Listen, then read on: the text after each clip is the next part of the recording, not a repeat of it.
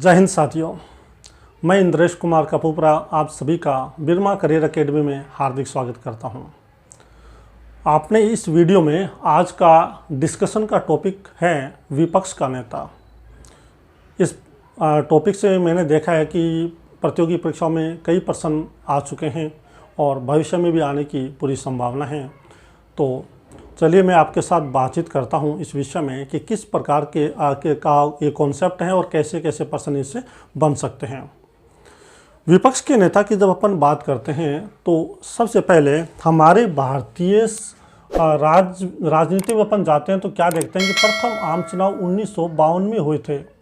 1952 से लेकर 1967 तक हमारे देश में केंद्र और राज्य स्तर पर एक ही पार्टी का शासन था और वो पार्टी आपके सामने है कांग्रेस। इस पार्टी के अलावा अन्य किसी भी विपक्षी पार्टी को आगे आने का, उभरने का बिल्कुल ही मौका नहीं मिला। तो स्वाभाविक है जब ऊपर से नीचे स्तर तक एक ही पार्टी का शासन होगा तो फिर विपक्ष का सवाल ही पैदा नहीं होता।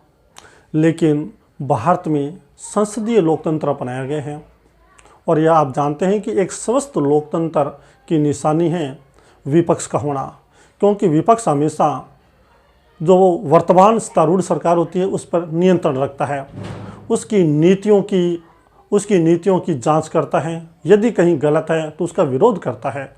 अतः एक स्वस्थ लोकतंत्र के लिए विपक्ष का होना बहुत ज़रूरी है।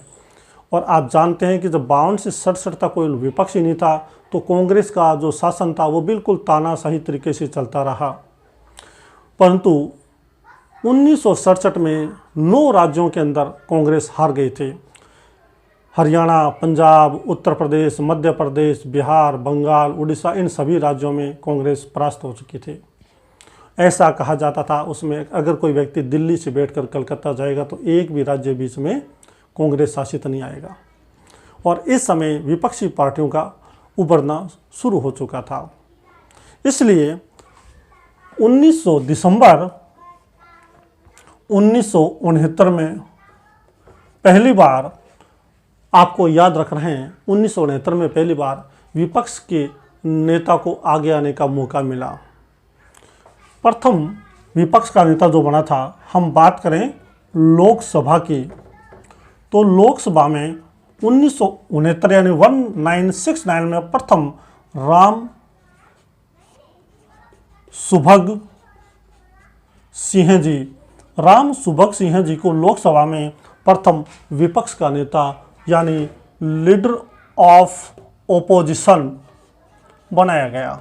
ठीक है।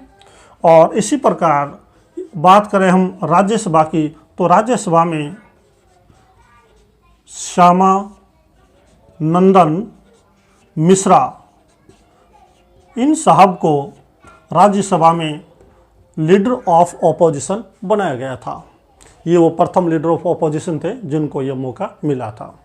1969 यानी 1969 में भारत में विपक्ष के नेता के पद की शुरुआत हो गई थी।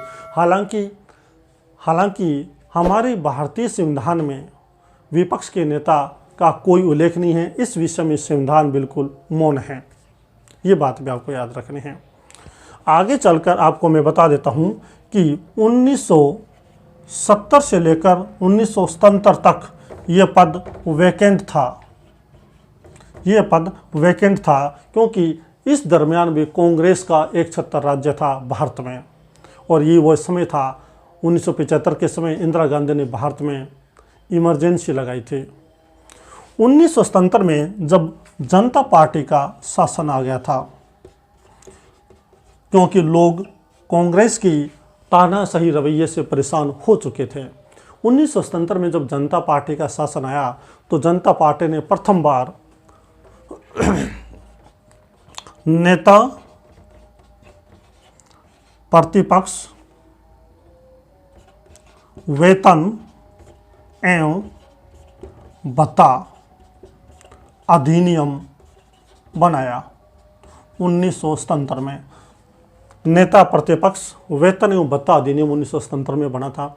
और इस प्रकार हमारे भारतीय संविधान में सबसे पहली बार 1977 में जनता पार्टी के शासनकाल में विपक्ष के नेता को संवैधानिक दर्जा दिया गया। संवैधानिक दर्जा का तात्पर्य है हमारी सरकार ने उसके पद को मान्यता दे दी थी। हालांकि आपको याद रखना है कि संवैधानिक दर्जे से तात्पर्य यह नहीं है कि किसी भी भारतीय संविधान के किसी भी अनुच्छेद में उसका वर्णन किया गया हो। भारतीय संविधान के किसी भी अनुच्छेद में नेता प्रतिपक्ष यानी लीडर ऑफ अपोजिशन का कोई उल्लेख नहीं है। पटवारी की परीक्षा में इससे एक साथ 3 प्रश्न आ चुके हैं। प्रथम प्रश्न यही है कि भारतीय संविधान के किस अनुच्छेद में नेता प्रतिपक्ष का उल्लेख किया गया है, तो किसी भी अनुच्छेद में इसका उल्लेख नहीं है। इस एक्ट में आपको याद रखना है कि नेता प्रतिपक्ष को एक कैबिनेट मंत्री का दर्जा दिया गया है। इस एक्ट में उसे वेतन भत्ता से आपको स्पष्ट हो रहा होगा कि उसके लिए वेतन एवं भत्तों की व्यवस्था भी की गई है, क्योंकि ये एक महत्वपूर्ण पद था। इस अधिनियम में उसको कैबिनेट मंत्री का, ये भी आपको अच्छी तरह से याद रखना है, कैबिनेट मिनिस्टर का दर्जा दिया गया था। किस अधिनियम द्वारा नेता प्रतिपक्ष को केंद्रीय मंत्री का दर्जा दिया गया? वो है नेता प्रतिपक्ष वेतन एवं भत्ता अधिनियम 1977 के द्वारा से कैबिनेट मंत्री का दर्जा दिया गया। और इन सभी सुविधाओं को भोगने वाले, इन सभी सुविधाओं के तहत भारत के प्रथम लीडर ऑफ ऑपोजिशन बने थे, कांग्रेस के नेता थे यशवंत राव चौहान। ये हमारे भारत के इस अधिनियम के बाद बनने वाले प्रथम नेता प्रतिपक्ष थे। उसके बाद में आपको याद रखना है 1979 से लेकर 1989 तक यह पद वैकेंट था। 79 के टाइम में यशवंतराव चौहान बने, उसके बाद में एक स्टीफन साहब बने, उसके बाद में जगजीवन राम जी बनी नेता प्रतिपक्ष बने। लेकिन 79 के बाद में क्योंकि ये शासन जनता पार्टी का नहीं चल पाया और 80 में दोबारा चुनाव हुए और 80 से लेकर 89 तक ये पद बिल्कुल खाली रहा। और आगे चल के 89 के अंदर दोबारा दिसंबर 89 में दोबारा राजीव गांधी इस पद पर विराजमान हुए। वो इस समय 89 में कई विपक्षी दलों ने यानी राष्ट्रीय मोर्चा की सरकार बनी थी, किसी की बहुमत सरकार नहीं बनी थी। और ये कुछ प्रमुख बातें हैं जो आपको याद रखनी हैं।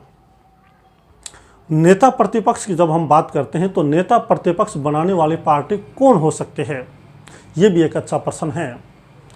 तो भारतीय संविधान में जैसा कि मैंने बताया इस विषय में कुछ उल्लेखित नहीं है, परंतु लोकसभा का एक रूल है, यानी लोकसभा का एक नियम है 121C।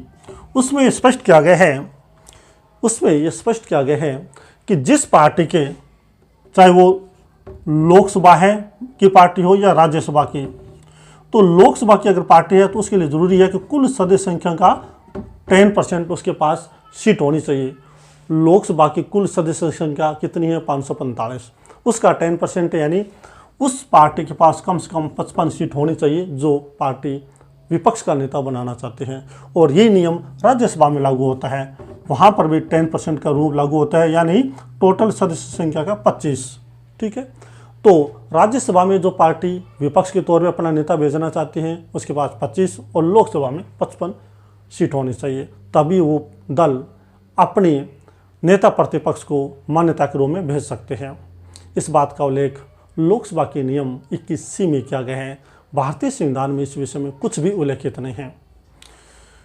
पटवारी की परीक्षा में यह प्रश्न आ चुका है कि जो राजनीतिक दल नेता प्रतिपक्ष के रूप में अपना नेता भेजना चाहता है उसके पास कुल कितनी सीट होनी चाहिए, तो लोकसभा में हो या राज्यसभा कुल सीटों का 10%। इसी प्रकार इसी परीक्षा में एक और प्रश्न पूछा गया है कि किस राजनीतिक दल के काल में नेता प्रतिपक्ष का पद का गठन किया गया था, अर्थात नेता प्रतिपक्ष वेतन भत्ता अधिनियम 1977 किस राजनीतिक दल के काल में बना था, तो वो दल था जनता पार्टी। एक कमेटी है पब्लिक अकाउंट्स कमेटी। इस कमेटी का कहना है कि जब भी हमारे देश के प्रधानमंत्री कोई नीति बनाएं उसे चाहिए कि वह नेता प्रतिपक्ष को बुला के जो भी वो नीति बनाना चाहते हैं, कानून बनाना चाहते हैं, उसकी एक कॉपी इन्हें देनी चाहिए। ये स्वस्थ लोकतंत्र की निशानी है।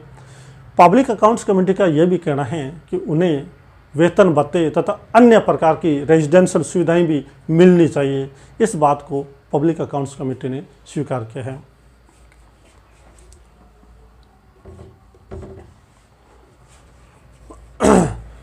नेता प्रतिपक्ष के विषय में बात करते हुए जो महत्वपूर्ण टॉपिक्स थे जो मैंने आपके साथ शेयर किए हैं,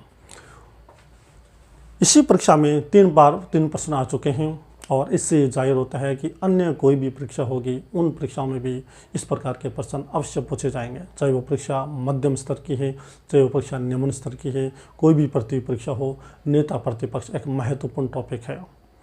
और किस प्रकार के प्रश्न बन सकते हैं, कौन प्रथम नेता प्रतिपक्ष था लोकसभा में, कौन प्रथम नेता प्रतिपक्ष था राज्यसभा में, 1967 से पूर्व नेता प्रतिपक्ष के न बनने का क्या कारण था, या फिर हम यूँ कहें कि 2019 के बाद लोकसभा में नेता प्रतिपक्ष कौन था। तो याद रखना है 2019 के बाद लोकसभा में ये पद खाली है।